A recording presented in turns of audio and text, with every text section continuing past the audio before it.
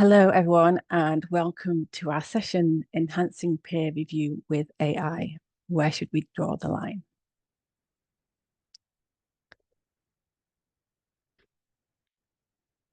So it's wonderful to see so many attendees for what I think we can all agree is one of the most urgent and thought-provoking topics facing the scholarly publishing industry today.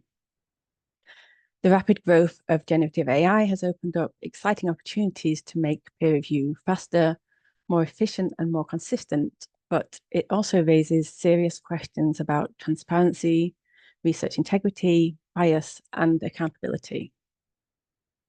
Over the next hour, we'll explore both the promise and the perils of AI in peer review, and we'll consider how and where we as a community might set boundaries. My name is Mary Miskin, and I'm the Global Operations Director at Charlesworth.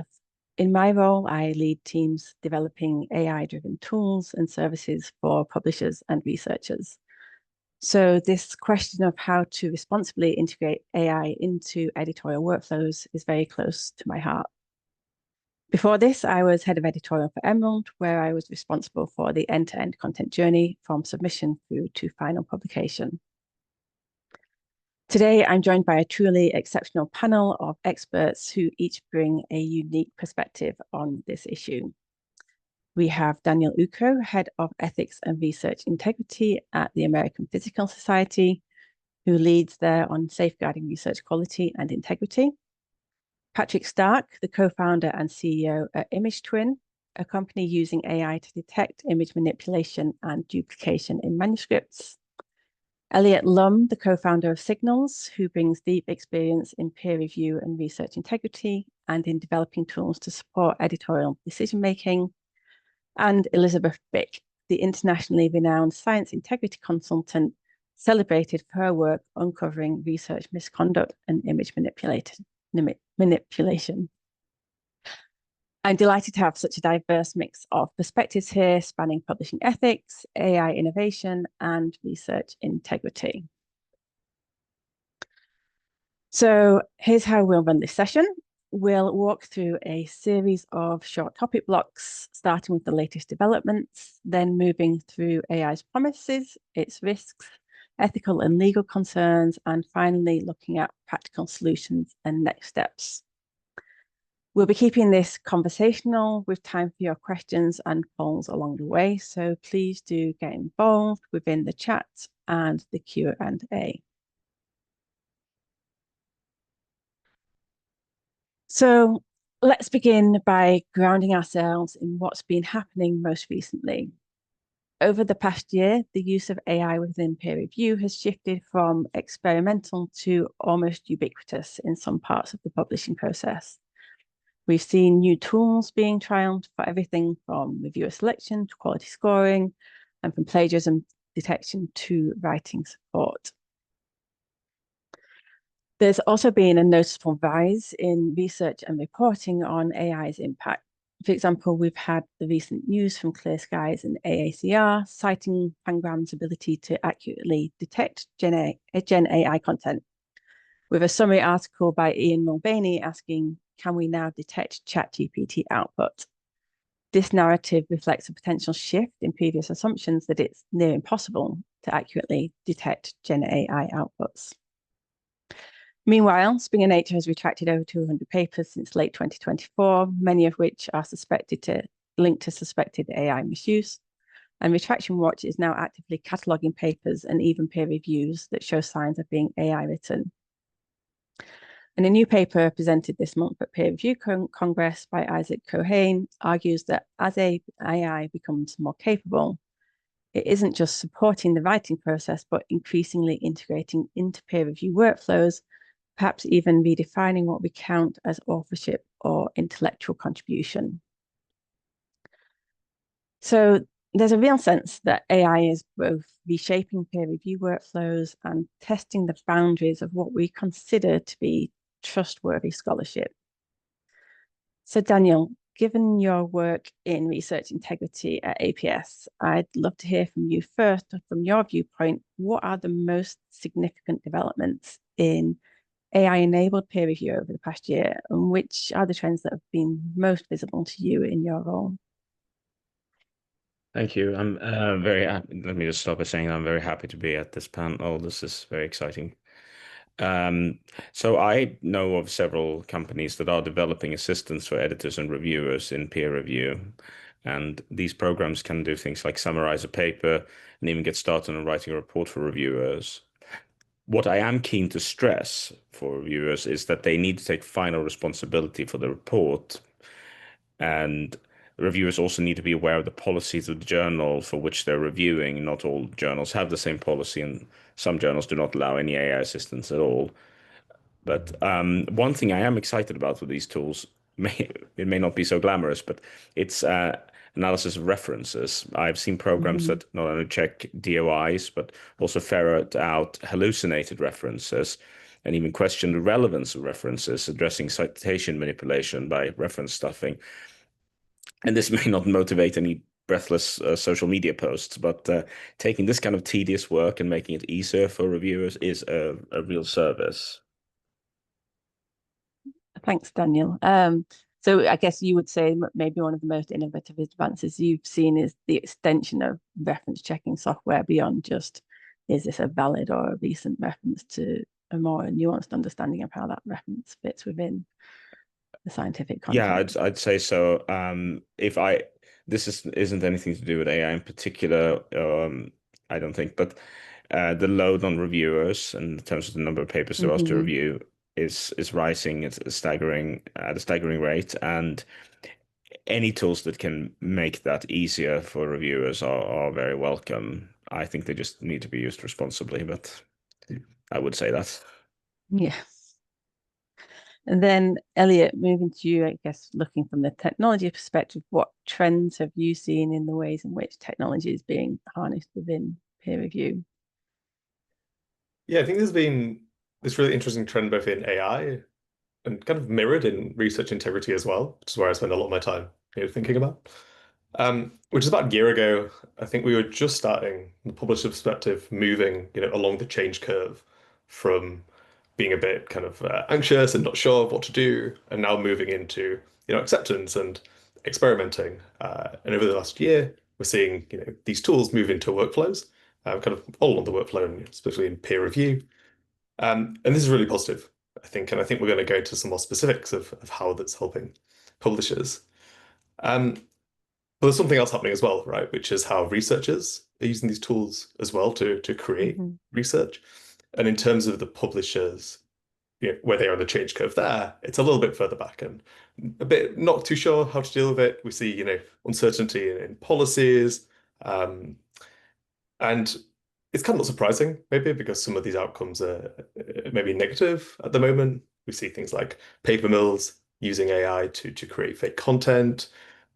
We see like real researchers creating lots more content. So, just going to public health data and creating lots and lots of templated articles, and publishers are getting way more submissions this year than last year. And a lot of them don't know how to handle this. And specifically on peer review, I think you mentioned the Danavanko paper. You Hmm. took a look at where reviewers are using basically ChatGPT to create these reviews. And so about, I think, 5% of them. Um, and this is a real, possibility of really undermining peer review, right? If it's no longer experts saying if this should be accepted or rejected, but ChatGPT doing this. So yeah, I think we need to be getting more of a handle on this kind of stuff.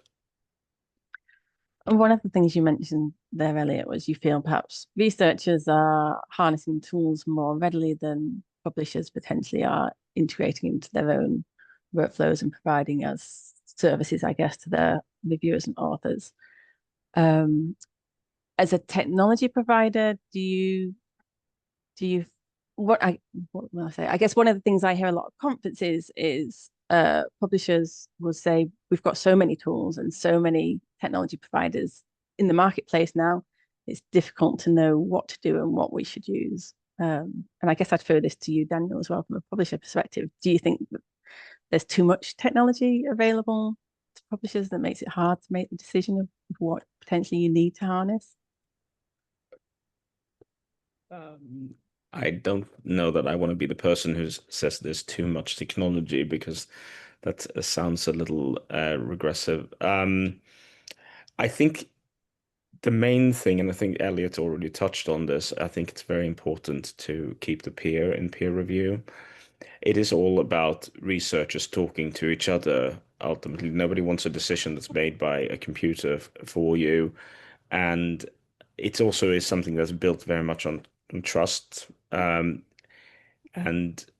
if there is an impression that things aren't being run in a transparent way by connecting researchers to each other so they can talk about research, then that comes at a real cost, and a real reputational damage can be done to publishers, to journals, if it looks like they're basically making decisions algorithmically, or not without that human.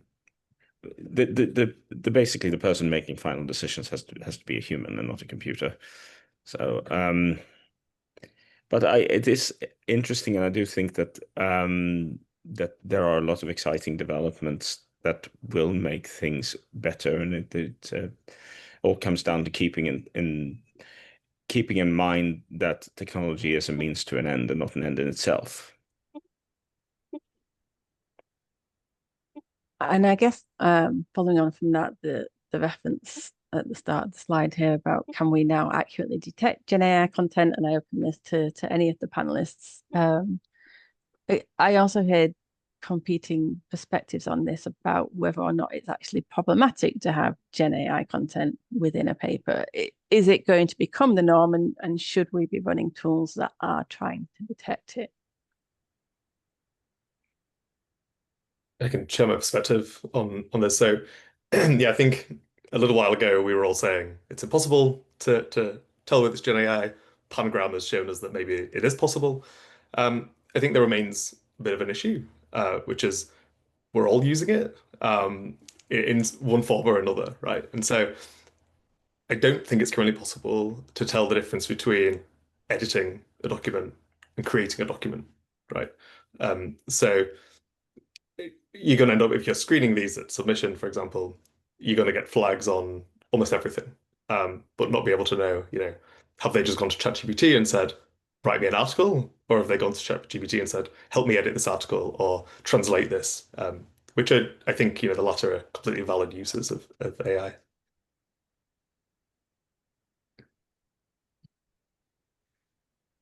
Okay, thank you, Elliot. So, oh, I have moved too quickly. Computer won't keep up. Oh, no, I haven't. Yeah, so now we are going to go to an audience poll to get some of your feedback. So a question to our audience is, as AI tools become more accessible, where do you expect the biggest near-term benefit? So is this through faster desk review and triage, better reviewer matching, stronger image and data integrity checks, higher quality reviews, or improved policy and compliance screening?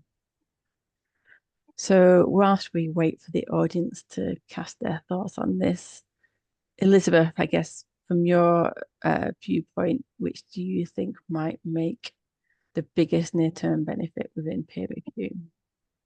It's hard to choose because there's I would say all the choices that you gave there, but I think from my perspective as an integrity volunteer or sleuth, I would choose stronger image data integrity checks. And I think basically, can we fight AI with AI?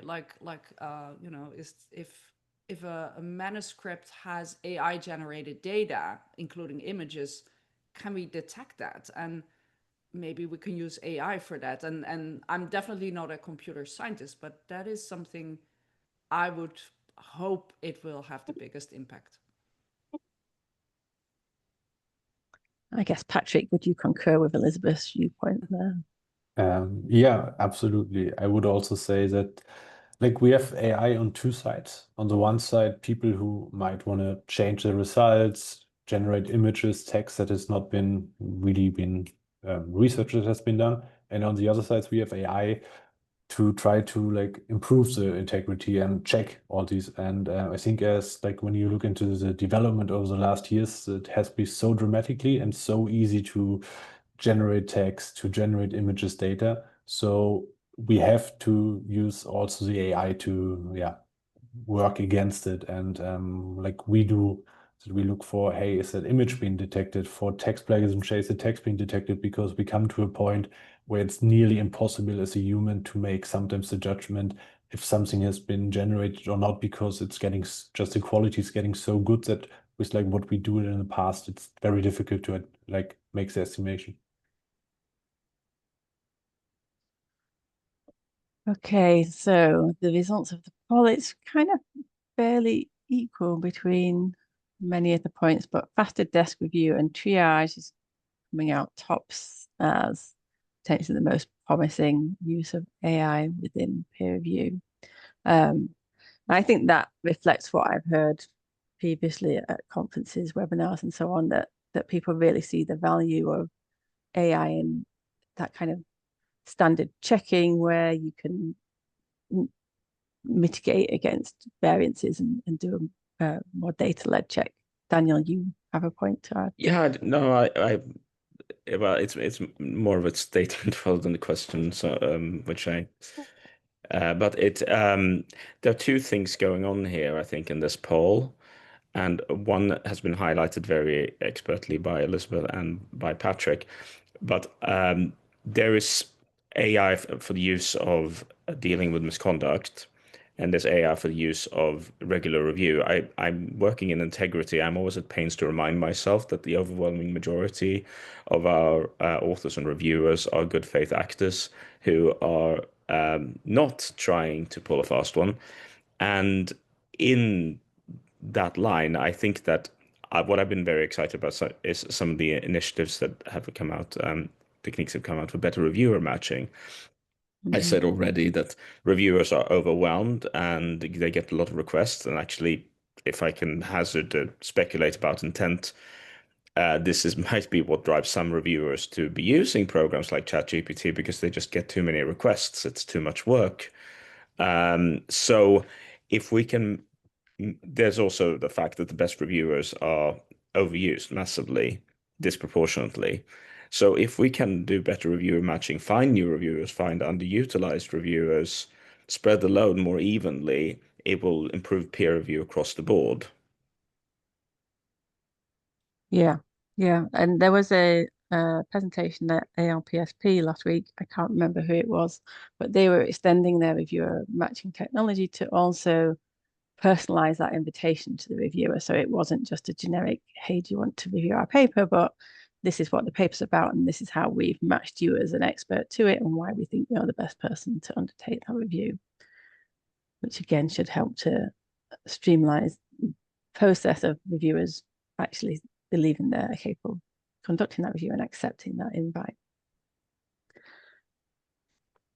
Okay, so is my computer moving? Yes. So far we've talked about the new developments and some elements of disruption. And now I want to look specifically about the ways in which AI is being actively deployed to improve efficiency, reduce workload, and help editors to make more consistent decisions. So several recent studies have explored this more positive potential. There was one article in the Journal of Korean Medical Science which examined how AI can enhance peer review efficiency whilst still preserving integrity, highlighting gains that can be found in speed of using AI within review without necessarily a measurable drop in review quality. Then there's been another cross-disciplinary study published by Wiley, which looked at AI-assisted reviewer selection, as you just referenced, Daniel, and found that algorithmic tools can reduce the time taken to secure reviewers whilst also increasing diversity and the expertise match. Then more recently, a study presented at the Peer Review Congress compared the quality and comprehensiveness of reviews written by ChatGPT style large language models versus human review.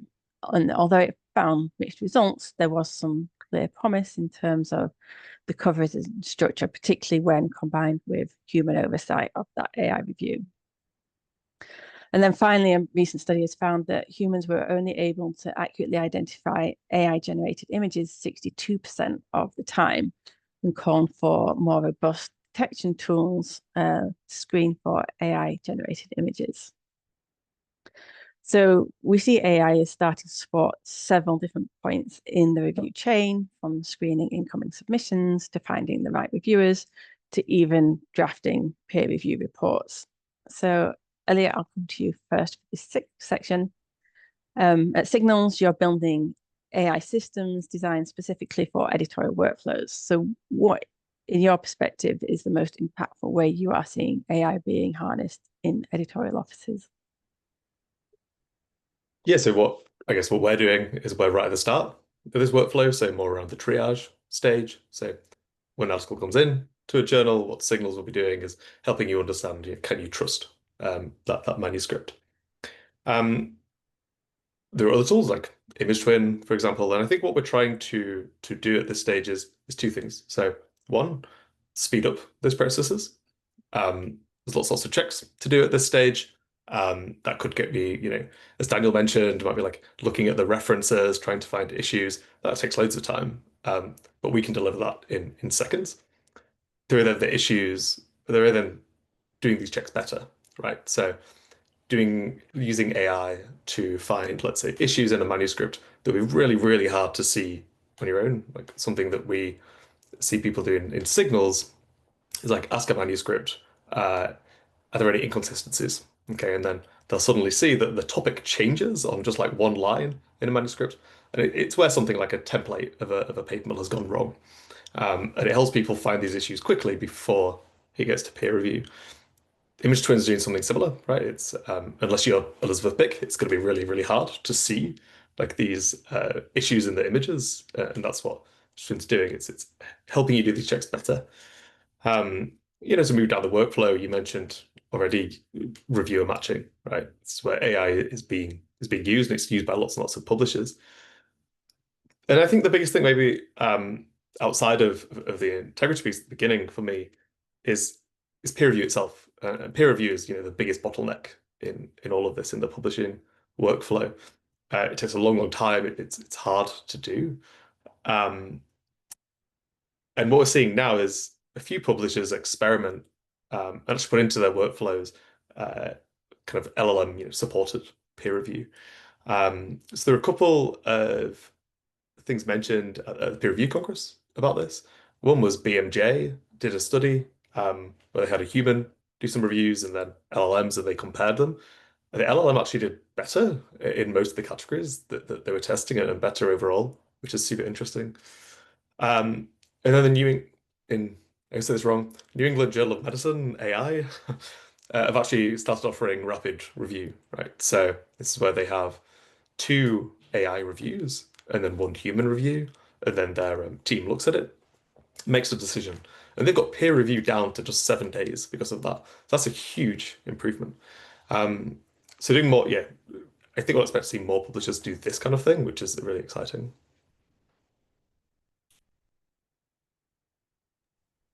I think, Elliot, following on from one of the points you referenced, the studies about potential ability of the LLMs to produce a better review than the human. One of the things that often comes up in the conversations I have with publishers is, can the LLM accurately assess the novelty of this paper? And I guess I'll throw this out to all of the scientists in the room for your viewpoint on, can an AI generated peer review accurately assess the novelty or contribution of a study to the scientific field?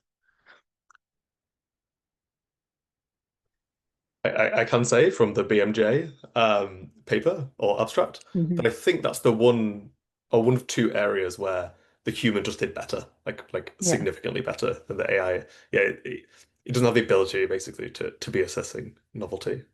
Yeah.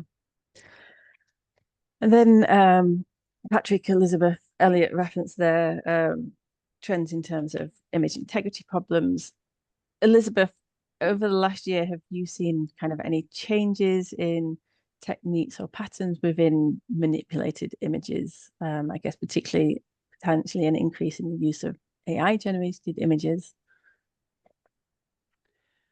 Not just in the past year. I think the trend to use AI or more primitive form of AI has been ongoing for a couple of years already. So we've seen paper mills that have that contained these unnatural, I would say, Western blots. So images of protein blots that just didn't look quite right. And we suspect that was more a primitive form of AI that was maybe trained on lots of Western blot images. So that is something we've already been seeing since, I would say, the past 5 or even longer years. So there, it's sort of more an ongoing trend, but yeah, I mean, I would love to say that I would be able to spot AI generated images, but I definitely cannot spot them by eye. I'm very good in picking up duplications in actual photos, overlapping photos, for example, but a really well executed AI generated image, I would not be able to detect. And so that is something, even if there may be a trend, I would not be able to pick that up. It is it like there are trends in terms of, for example, Photoshop, which is a very commonly used tool that a lot of labs or a lot of scientists might have. Photoshop, can now, you can feed it an image and it can expand it outside of that actual image. So you can start with a photo and you can expand it in all directions. And I've seen amazing results with that I would definitely not be able to pick up, but also software is still having difficulties picking up those AI generated expanded parts of a real photo. So I think the software or image detection tools are starting to detect these types of AI generated images, but yeah, it's under development. They're getting better, but currently it is definitely possible to pass an AI generated images through peer review. Mm-hmm. And Patrick, I'll ask you to come in there in terms of your view as a provider of these technology tools. How effective is Image Twin at being able to detect AI generated images, do you believe? Mm-hmm. So I would say that's definitely like what we see, how easy it gets to manipulate images, but mainly AI generates them. So a couple of years ago, you had to be like a very like a computer expert to AI generate images, and nowadays everyone can do it. So you just open ChatGPT, create an image that works. We see two different things what you can do. You have text to image, where you just explain what you want, and then an image will be generated. And we have image to image, where you upload an image and say adjust certain areas here. And especially the image to image one, they are looking really, really realistic nowadays. So it's nearly impossible for good ones to detect it anymore, like by human eye. So what we can do, we look for like patterns and yeah, like details of it that's not visible to the human eye anymore. And try to, yeah, with like big data models. We also generated our own AI generated images. I think so far we have over 100,000 AI images we generated ourselves, and we train the model on it. And I would say we have, for certain times, we have very decent results. But then it's always when you save the image, you change it, for example, you put it into a PDF document, you lose quality. That's also a part where you lose some of the insights of like an AI model being used. And as Elizabeth said, I think we launched an early version of it early this year. We are continually improving it. And what we recently also added is that we can tell you with like a decent certainty. So we always give you like a confidence score, how sure we are that an image is AI generated. And then we can also tell you, okay, it's most likely being used by Dolly, Stable Diffusion, Firefly, GPT. And I think overall, like for an AI generated model, especially when you talk about like ChatGPT, we are kind of good in detecting some of them, but obviously there's also some we are missing, especially when like because it saved details getting lost and quality is overall getting worse. So I think, and then also explainability is like a big challenge. So even if we say we are like 80% sure this might be AI generated, then what's the consequence of it? So how would you as an editor make like the next steps on it? So would you say, okay, we just trust it and don't accept it, or do you see 80% is not enough for us? So I think that's always where the human comes in place and has to look into it. Does it make sense what we see here? Maybe ask you also for original data. So I think and tool like image twin or other solutions can only give you like some guidance, but in the end, it's just like we work with probabilities. We can tell you it's like there's a decent certainty that this might be AI generated, but we can never say yes or no. I think that's in the end something a human has to make the final call. And Patrick, referencing what Daniel said earlier about, we know that there's only a handful of bad actors, and we have these tools and technologies to screen out for these bad actors. To what extent are you finding publishers are integrating these kind of technology tools across their whole screening processes, or is the cost prohibitive that it does become a kind of reactive screening mechanism rather than a proactive one? So we saw at the beginning that it was more like reactive for investigations. So when you had like concerns, let's say maybe Dr. Big flagged it on Puppeteer, and then the publisher decided, okay, we have to look closely into it, and then image twin has been used. That was like at an early stage, and now we move more and more in that it's being incorporated much earlier. So we have certain journals who run every submitted paper already by image twin to check, but of course always working together with like human experts. So the image twin check can make your life like faster, and we might be able to, especially for duplications, to find like by checking it against like hundreds of millions of papers. So very good in finding issues here, but then there might be some issues within the paper where like a human expert is better to identifying. So always working both together is like giving you the best, but obviously there's a lack of expertise. So if every publisher, every journal could have like an expert like Elizabeth and an AI tool running for it, that would be the optimal case. But I think that's sometimes unrealistic. So yeah, but we see that it's especially with doing more API integrations, that we can automate the process more, that you within a few seconds you get a result telling you like the tool found some issues here, please further investigate. And I think that could make it much faster because you know where to look into it, and then it's always the human making the final decision. When it has been expanded in terms of use and publishers are starting to adopt it across screening all of their manuscripts, potentially they could face the issue of false positives, making it challenging for them, having to investigate more things than they might previously have wanted to look at or investigate. So what is your precision and recall benchmark that you attempt to achieve to ensure that for a publisher, it's a no-brainer to implement something like image twin within their workflow? I mean, that's a difficult question because it might very much vary. So we have some publishers who prefer that image twin should show as much as possible, even if we are not that sure about it.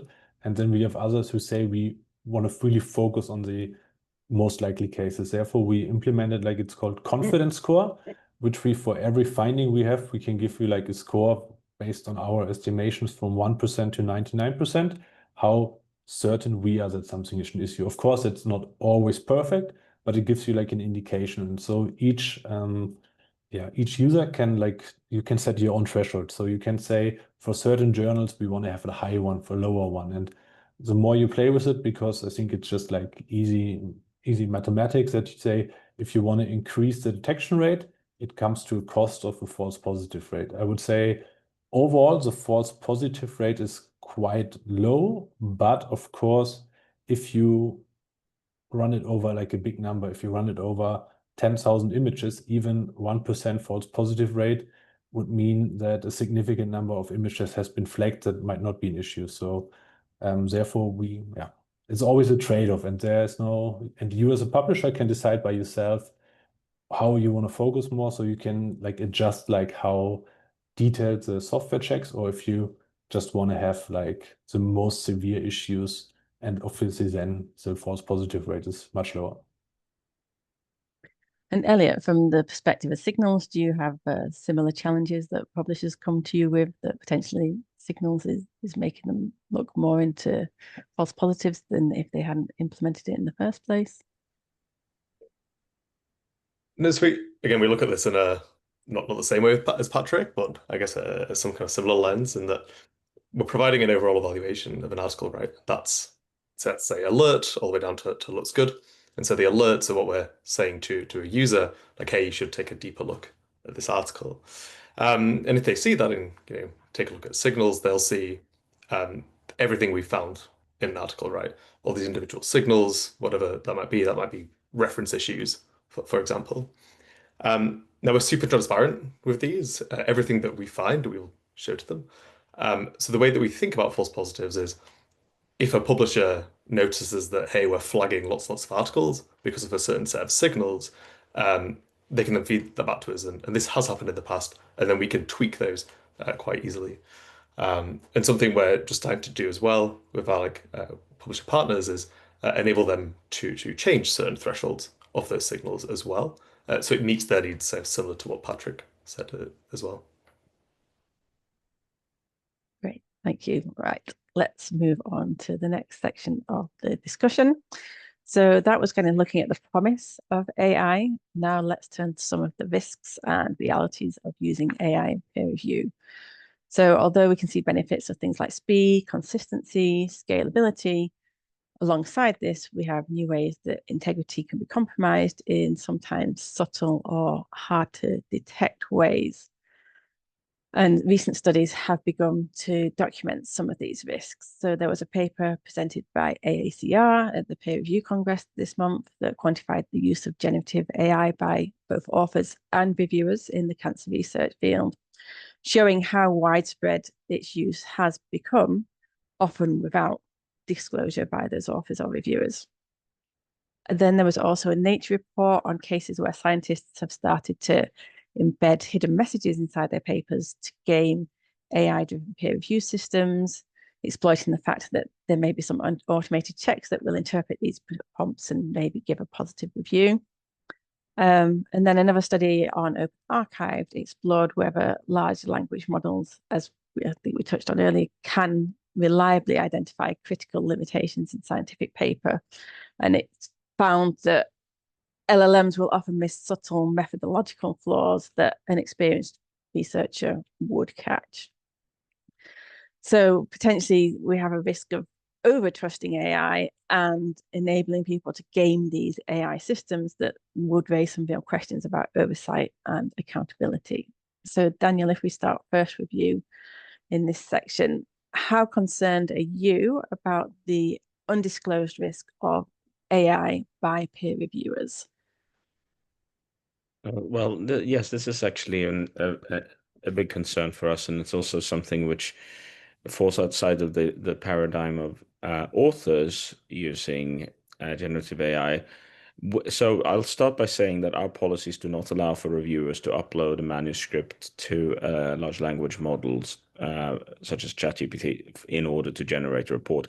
But there is no way for us to control this before the report is received. This is something we have to evaluate based on what we receive.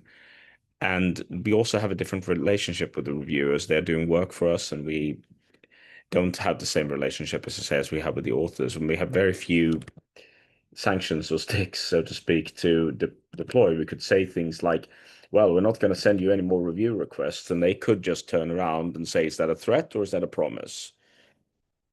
So I am quite interested in the idea of, I'm sorry, I got some background noise here. I'm quite interested in the idea of systematically screening reviews as we do with submitted papers. But Patrick highlighted this earlier, that all of these things have a workflow cost attached to them. Every time something turns up, a false positive, that basically triggers some kind of action, some kind of behavior from us inside of APS. And we are very leery of setting up something where we get too many false positives. But in the meantime, I have compiled a list of signatures of AI writing, and I work closely with the editors and trust that they're reading the reports and paying attention to what's going on.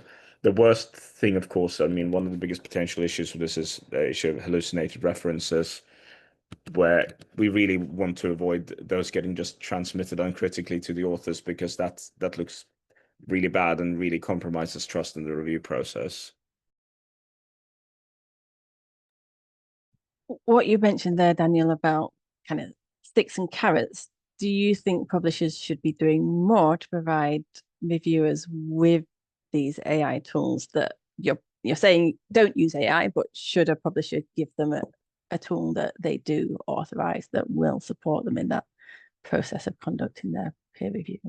I think that would be really good, and that could be also controlled, because I mean, the reason why we don't allow for reviewers to upload to LLMs is we don't know where it's going. We don't know if the data is being used to train the model. We do get a negligible amount of papers that actually are either wrong or contain mistakes, which could lead to the propagation of misinformation if it's being indiscriminately used to train AI. So if we had some kind of a sandbox where we knew where things were going in a controlled way, then I think that would be a useful tool. And it is something that APS and other publishers have looked into as an assist. But I do come back to what I said earlier, that we need to keep the peer review, and the final responsibility needs to be shouldered by the reviewer. Yeah. And then, Elliot, the point about prompt injection, which I think got a lot of coverage, how much of a risk do you think this really is? Is it something at Signals you're looking at as a threat you need to overcome? Yeah, I remember reading about it. It's certainly an interesting approach. I remember a post by, I think it was like Laura Harvey. She wrote about a little bit about prompt injection, and saying like why is it worrying? And the reason she put was it's just really, really easy to do. You just write the prompt in white text in a manuscript. But with that, it's just a really explicit form of misconduct, which means it's really, really high risk for the person doing it, right? So one thing we come up against with research integrity checks is having enough information to say like this is misconduct, right? So you try to like build up lots and lots of evidence to be able to say that. And sometimes that's really hard. Whereas if you find a prompt injection inside a manuscript, which is really easy to do, it's blatant, right? And it's misconduct. And that's going to be there like forever on that publication. So it's an extremely high risk method. It's really easy to detect. And so I don't really see this as like a long-term thing that it's gonna happen. But on top of that, I think within the workflow, it's quite low risk as well, because AI tools are not currently making decisions, they're augmenting them. So if you have an instance where this prompt injection says, say this article is like brilliant, right? It's groundbreaking and it should be accepted. And that happens, and then the two human peer reviewers think it's rubbish, right? They're going to look at the AI review and just not trust the AI. So I think the effect it would have is not trusting the AI systems in that case. So yeah, I think that specific one, I think, is something that we'll probably only see in the short term. Okay, I'm conscious of time. We've still got a few topic blocks to cover, so I will move on to the next point. So looking at the ethical implications of using AI in peer review. Because even if the technology works perfectly, we still have to ask the question of who is responsible for its decisions, and how do we protect confidentiality, ensure fairness, and avoid amplifying bias. And crucially, how transparent do we need to be about when and how AI is being used? So, for example, if an AI system unfairly rejects a paper or fails to flag misconduct, who is accountable? The editor, the reviewer, the publisher, or the AI provider? So, Patrick, I'll start with you on this one. You've been directly involved in building AI's tools to support editorial decision. So, you've had to think about these ethical questions in practice. Do you think responsibility for decision making ultimately sits with the human editor, or should it be shared with the technology provider? That's a very good question. And obviously that's something we always discuss with like users, with publishers.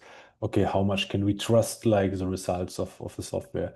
And I think here the key is transparency, that we clearly communicate what like a software can do, but also where are limitations. So, for example, as we talked before, I think the key job of like an AI system is to give you additional information to make like a good judgment. So, as we talked before, like a confidence score, like we have like a probability where we can tell you, because what we do, we just work with like basically numbers. So we give you a probability that something might be problematic, but even if this one would be 90, 99%, that means there's still a decent chance that this is not a problem. So I think that's very important for us, that we say we only talk about probabilities, and it's our job to get as good as it is possible. So every day, every week, we try to improve, reduce false positives, so that you get very good information from us.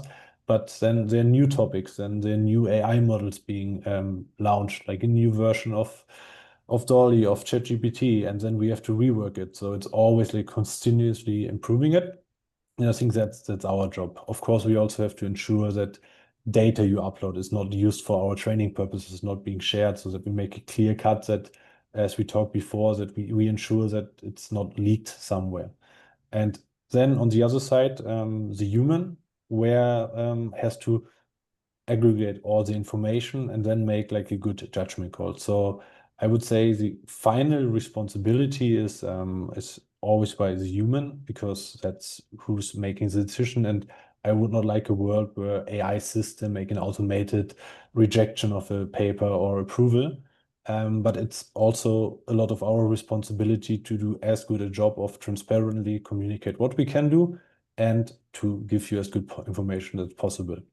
So I think an example was AI generated images, where we can only tell you with a certainty of X%, this might be AI generated, but you have to act on it. You have to do something. Ideally, communicate with the author, ask for original data, additional information, so that you can make a good judgment. But obviously, that takes some time. It is not feasible all the time. And then linked to this and opening it out to the wider panel, as publishers, we ask authors and reviewers to declare how and where they might have used AI in their work. Should publishers equally be declaring to their authors and or reviewers how they might have used AI in their assessment of their work? I think that would make sense. I guess the status quo at the moment is you would tell a researcher or who's going to publish an article what type of peer review they're going to do, whether it's like double blind, single blind, all this kind of stuff. So if you're going to have peer review assisted, sorry, AI assisted peer review, then that should be communicated as well. And I think not just to the author, but also to the readers, so that they know, when I'm reading an article, how has this been peer reviewed? And I could even put that a step further and say that if there are peer reviews, if there are AI peer reviews, maybe they could be published alongside the article as well, so people can see how these have been evaluated. Daniel, you had your hand up. Absolutely agree. Yes. Transparency is very important. And I think that if publishers are asking for authors and reviewers to disclose AI use but refuse to do it themselves, that's not a good ethical stance at all. I think that as the technology matures, it becomes very reasonable to declare AI use in specific ways, perhaps even sharing the prompts that you used in a methods section of a paper. The nobody gains by AI turning into some sort of black box mumbo jumbo technology that is irreproducible and opaque. We need openness and transparency, because reproducibility is another issue about research integrity, which is one of the reasons why we're publishing papers in the first place, so that other people can follow up on work. If you are not upfront about what you're doing from all agents that are operating inside a peer review, then it does not do a lot of thing for an atmosphere of trust, or it does not encourage transparency and openness from other agents. You have to live the values that you're expressing. I think that moves us on to our next topic of how publishers themselves are responding to the use of AI within peer review. So, although we know researchers and reviewers may be experimenting on their own, it's ultimately publishers who have to decide what is acceptable, what must be disclosed, and what crosses the line. And at the moment, there is a lack of consistency across the industry. So a recent study of the top 100 medical journals found enormous variation in how or even whether they mention AI in their editorial policies, and many have no formal stance on its use within peer review at all. Springer Nature, for example, published an explicit policy on the use of artificial intelligence, while others like the Academy of Management have taken a much more restrictive position, even though individual Academy of Management editors have actively encouraged its use. And then from an Inago side, we have initiatives such as our Responsible AI movement, which is pushing for industry-wide frameworks that would require transparency, disclosure, and risk assessment before AI is used in editorial workflows. So we have a landscape where some publishers are actively encouraging experimentations and others are banning it outright, with very little alignment or standardization between them. Daniel, APS has published guidance on the use of artificial intelligence tools, emphasizing responsible use, disclosure, and the primacy of human judgment in editorial decisions. Can you share how you shaped that policies and what principles were most important to you in that? Certainly, I'd be glad to. And all of this discussion about AI detection does remind me that one thing that is very important is that policy should be developed in sync with our ability to, well, detect or use the technology. It's no good to just say I've found AI, because then you have the question of, well, now what? But I will start by saying that our policies are actually in the process of being revised and updated, because anything that's a year old that you wrote about AI is out of date now. I mean, it's not quite that drastic, but we certainly need to evolve it. We started out from a position of curiosity, trying to find out how AI is being used by researchers, as reviewers, and as authors. And we didn't want to write a policy that just surfaced editorial fears and was just a list of thou shalt nots. And I have come to understand that from a researcher perspective, policies are often hard to find and hard to decipher. Researchers do not know what is and what is not allowed. You talked about having a consistent AI policy between them. Maybe it shouldn't be exactly the same in detail, but at least it should look about the same, or it should have some of the same expressions, so that it's easy enough to to figure out what the variations are. For our part, when it comes to AI, we do ask for disclosure, but I've come to realize that we're not very clear on why we're asking for disclosure or what we do with that information. And that means that there is really no incentive for researchers to be honest about their AI use, because at best it seems like a meaningless and performative exercise, and at worst, there's a risk of it feeling like self-incrimination. So any kind of requirement for disclosure should be about exchange of information and not just ticking a box. It shouldn't just be about compliance.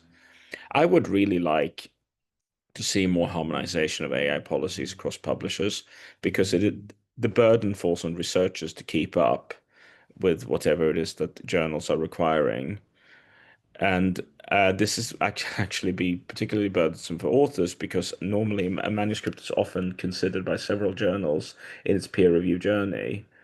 So harmonizing the policies would help publishers because we wouldn't have to be guessing about about formulating our own AI policies so much. We could do it collaboratively, and would definitely help authors and reviewers a lot. Elizabeth, from your interactions directly with researchers and reviewers, is this something that you find there's a lot of confusion and misunderstanding with? Would you agree with Daniel that maybe there's a need for more standardization across publishers?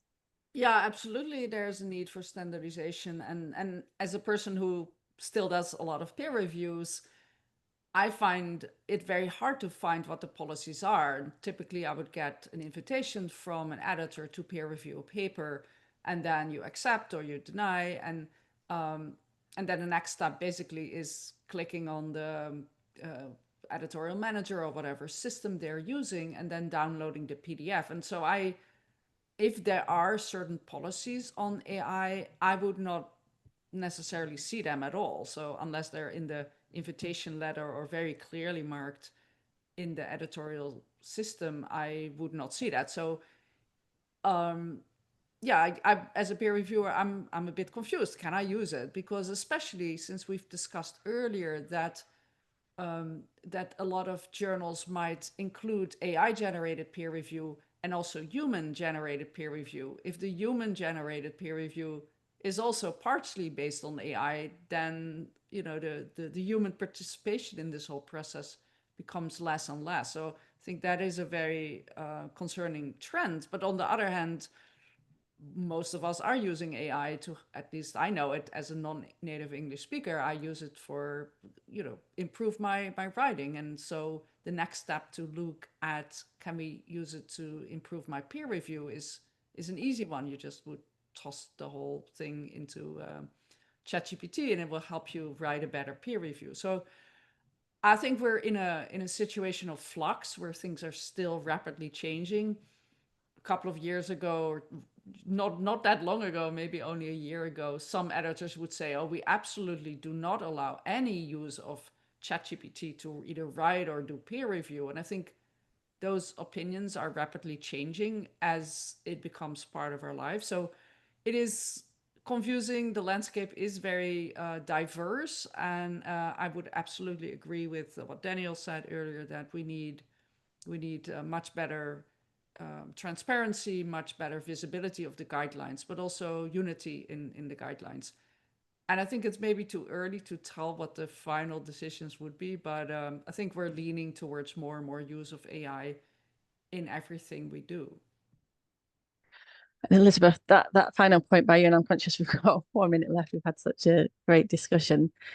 This kind of forward-looking question of what do we need in the future? What does responsible, well-integrated use of AI within peer review look like? Is there anything we need to change, and what's the ideal state of using AI in peer review? I probably only got time for a couple of quick comments from maybe one or two of the panelists, if anybody wants to take that. Daniel. I know I've talked a lot, but I would just like to say that I've taken a lot of inspiration from educators on this question. Publishers may think that they can set policies in a vacuum because we think we have power in our relationship with researchers, but educators have to deal with a new cohort of students every year, which in many cases they're already using AI regularly, and educators in educational institutions are not in a position to just flunk them all.